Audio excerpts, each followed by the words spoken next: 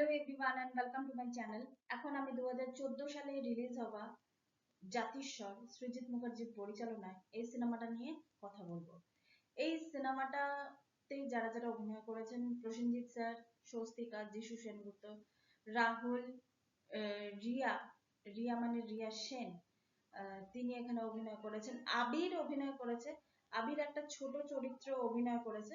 আর বিভিন্ন আহ, যারা আমাদের বাংলার তথাকথিত যারা বিখ্যাত যারা সিঙ্গার, যেমন ক্যাকটাসের লিডের যিনি সিদ্ধার্থ, তিনি এখানে আছেন। রূপম ইসলামের একটা ছোট অংশ আছে এখানে, অনুপম স্যারের একটা অংশ আছে। তো এরকম বিভিন্ন মানুষদের এখানে মানে এখানে ভূমিকা আছে।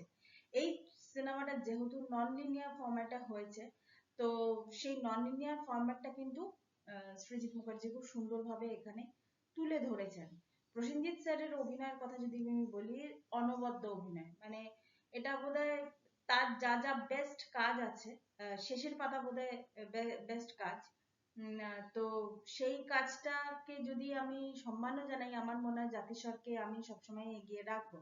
স্বস্তিকাকে এখানে খুব সুন্দর লেগেছে, যিশু সেনগুপ্তকে ভালো লেগেছে, কিন্তু আবিরের চরিত্রটা যে ধরনের এখানে লেখা হয়েছে চরিত্রটাকে, তো আবিরের চরিত্রটা আমার মনে হয় যে কেউ করলে পারতো এখানে।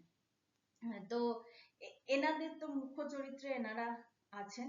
এছাড়া এখানে যে জিনিসটা এখানে মূলত দেখানো হয়েছে, যে ভাষা, বাংলা ভাষা, ভাষার প্রতি যে প্রেম, মানে একটা গুজরাটি ছেলে, সে এই যে ভাষার প্রতি, এই যে বাংলা ভাষার প্রতি তার যে প্রেম, সেই প্রেমটা থেকে সে দীর্ঘদিন ধরে সেই ভাষাটাকে প্র্যাকটিস করতে করতে করতে করতে আলটিমেটলি ক্লাইম্যাক্সে গিয়ে সে কিন্তু তার ফলটা কিন্তু সে পেল। মানে এখানে হচ্ছে কি, নিজের ভাষা ছাড়াও অন্য ভাষাকে মানে নিজের মাতৃভাষার মতোই সম্মান দেওয়া, মানে এখানে ওটাই আর কি সিম্বলাইজ ওয়েতে দেখানো হয়েছে। এই যে যে গানটা আছে না, এ তুমি কেমন তুমি চোখের তারায় আয়না ধরো, তো এই যে গানটা আছে না, গানটা খুবই মিনিংফুল এবং সোলফুল। এই গানটা আমার তো ভীষণই ভালো লাগে এই গানটা। এছাড়াও এখানে বিভিন্ন গান আছে, বাউল আছে, টপ্পা আছে, তাছাড়া কবি গানের যে কালচারটা সেটা আছে। অ্যান্টনি ফিরিঙ্গিকে এখানে ট্রিবিউট দিয়েছেন। তার আমাদের বাংলার ক্ষেত্রে এই গান, ভাষা, এসব ক্ষেত্রে তার যে ভূমিকাটা, তিনি তো আর এখানকার মানুষ ছিলেন না, তো তার যে ভূমিকাটা সেটাকে ট্রিবিউট দিয়েছেন সৃজিত মুখার্জি এখানে। মানে অ্যান্টনি ফিরিঙ্গি যে কালী বাড়িটা যেটা আছে সেটার সামনে দাঁড়িয়ে প্রসেনজিৎ স্যারের একটা সিন আছে, সেই সিনটা আমার দারুণ লেগেছে। এছাড়া শোভাবাজার রাজবাড়িতে যে কবিয়াল অনুষ্ঠানগুলো হতো, কবি গানের যে কম্পিটিশন হতো, সেখানে মানে সেখানে যে গানগুলো হয়েছে না, ওগুলো কিন্তু ভীষণ ভালো লেগেছে। ওই গানগুলো মানে সত্যি মনে হয় যেন সিনেমাটাকে না খেটে বানানো হয়েছে। এবং যেভাবে অ্যান্টনি ফিরিঙ্গি দুর্গাপুজো করার জন্য সমাজের লোকেরা আহ প্রতিবাদ করেছিল এবং তার ফলাফল কি হয়েছিল, সেটা তো আপনারা সিনেমাটা আরেকবার রিভিজিট করে নিন। জাতিস্বর দেখেনি এরকম বোধহয় বাংলার লোক খুব কম আছে, মানে যারা সিনেমা লাভার আমি তাদের কথা বলছি। তো তারা সিনেমাটাকে আরেকবার হইচইতে গিয়ে রিভিজিট করুন। আমার তো খুবই ভালো লেগেছে এই সিনেমাটা। এই সিনেমাটা নিয়ে বলতে গেলে না ঘন্টার পর ঘন্টা বলা যায়, প্রত্যেকটা ফ্রেম নিয়ে কথা বলা যায়।